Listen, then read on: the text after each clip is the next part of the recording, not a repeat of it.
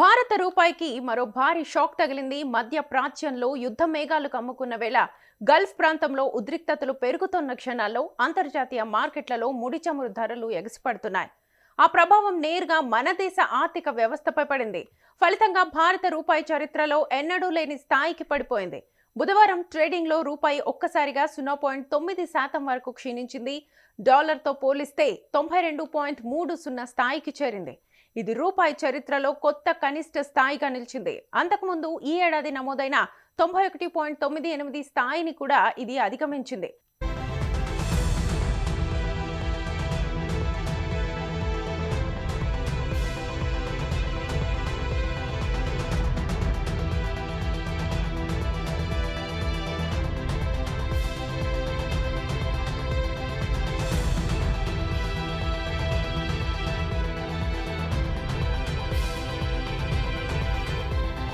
ఇక ఈ పతనానికి ప్రధాన కారణం ముడి చమురు ధరల పెరుగుదల. అంతర్జాతీయ మార్కెట్లో బ్రెంట్ క్రూడ్ ఆయిల్ ధరలు బ్యారెల్కు $82 పైగా చేరాయి. కేవలం 2 రోజుల్లోనే దాదాపు 12 నుంచి 13% వరకు పెరగడం 2020 తర్వాత ఇదే అతిపెద్ద పెరుగుదలగా చెబుతున్నారు. బ్రెంట్ క్రూడ్ ధరలు ఇలా ఎగబాగడానికి కారణం మధ్యప్రాచ్యంలో పెరిగిన యుద్ధ వాతావరణం.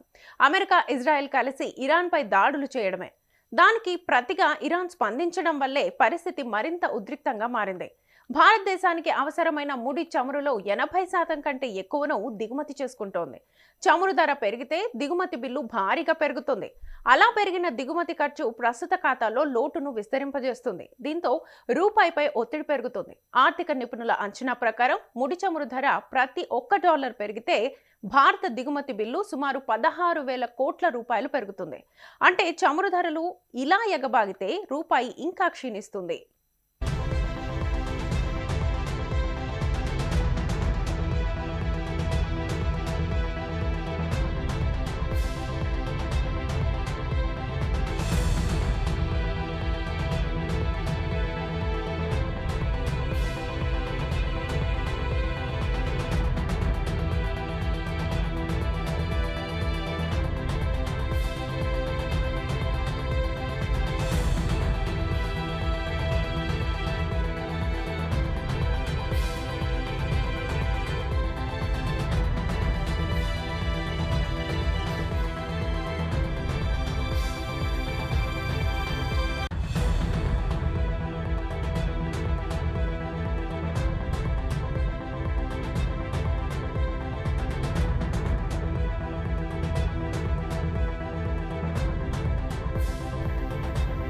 ఇక రూపాయి 92 స్థాయిని దాటిన వెంటనే రిజర్వ్ బ్యాంక్ ఆఫ్ ఇండియా రంగంలోకి దిగినట్లుగా తెలుస్తోంది.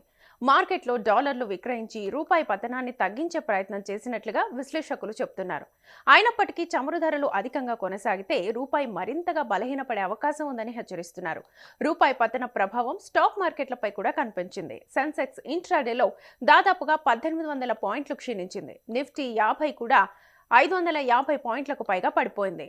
పెట్టుబడిదారులు రిస్క్ ఆస్తులను అమ్మడం ప్రారంభించారు. బీఎస్ఈలో నమోదైన కంపెనీల మార్కెట్ విలువ ఒకే సెషన్లో సుమారు 12 లక్షల కోట్ల రూపాయలు తగ్గిపోయింది.